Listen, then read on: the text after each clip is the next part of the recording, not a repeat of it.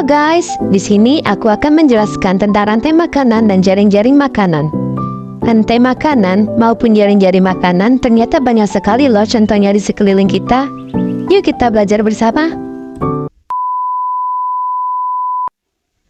Dalam sebuah ekosistem terdapat istilah yang bernama rantai makanan dan jaring-jaring makanan. Dua hal ini melibatkan semua spesies dalam satu ekosistem dalam usaha bertahan hidup. Ekosistem adalah suatu sistem ekologi yang terbentuk oleh hubungan timbal balik tak terpisahkan antara makhluk hidup dengan lingkungannya. Nah, rantai makanan adalah suatu peristiwa makan dan dimakan antara sesama makhluk hidup dengan urutan-urutan tertentu. Rantai makanan melibatkan organisme dalam tingkatan-tingkatan yang disebut dengan tropik. Urutan-urutannya sebagai berikut. Ada produsen, konsumen 1, konsumen 2, dan dekomposer.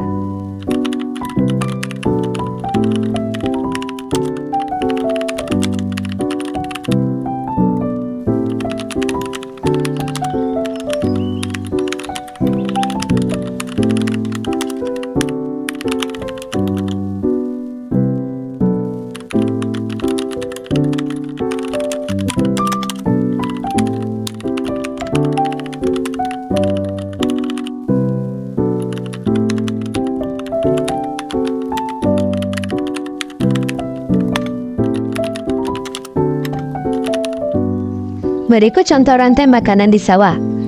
Nah, padi akan dimakan oleh tikus, tikus akan dimakan oleh ular, ular akan dimakan oleh elang. Ketika elang mati, elang akan dimakan oleh organisme pengurai.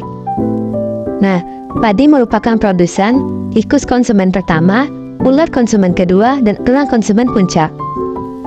Contoh yang kedua dapat kita perhatikan ulat memakan tumbuhan hijau, kemudian ulat dimakan oleh burung, dan burung dimakan oleh ular. Ketika ular mati, ular akan dimakan organisme pengurai. Selanjutnya, materi yang kedua adalah jaring-jaring makanan.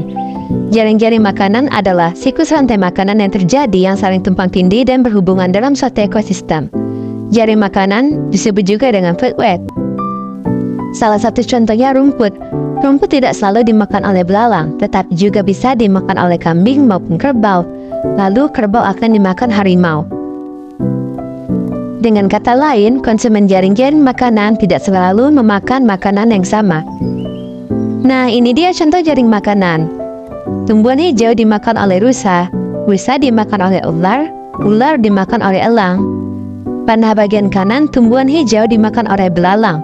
Belalang bisa dimakan oleh tikus dan katak. Kemudian katak dimakan oleh elang. Balik di bagian tikus, tikus bisa dimakan oleh elang dan juga bisa dimakan oleh ular.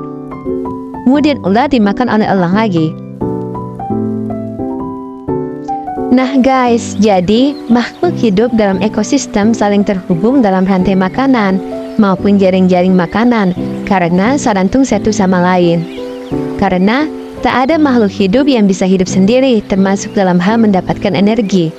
Tumbuhan memang merupakan makhluk hidup yang dapat menghasilkan makanannya sendiri melalui proses fotosintesis. Namun, proses itu tidak dapat terjadi jika tak ada energi dari matahari. Begitu pula dalam hal penyerbukan. Beberapa tumbuhan dapat melakukan penyerbukan karena bantuan angin hingga hewan lain. Sementara, hewan mendapatkan energi dari tumbuhan dan hewan lain.